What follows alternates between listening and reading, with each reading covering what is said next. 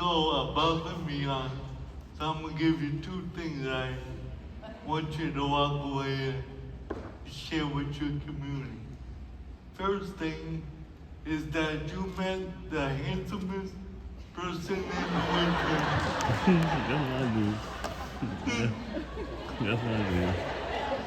That's my dude. Thank you. That's my dude. The other thing, Jake gonna mention it, is people, I notice many times, people come up to me and like kids, mainly kids, they're curious about why he is, what's wrong with him, why he's in the wheelchair, why he's walking weird, why he talks weird, blah, blah, blah. And then parents get so offended that the kids don't ask it.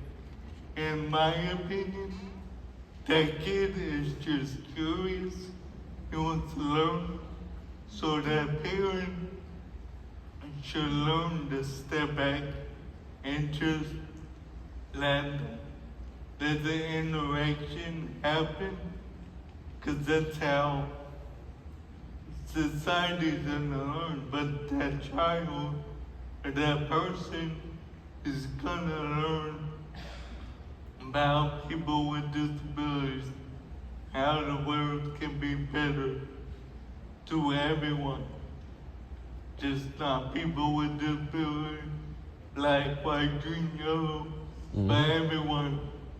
And that's why I want you to go into the community and try to teach people how to navigate that system to make it better.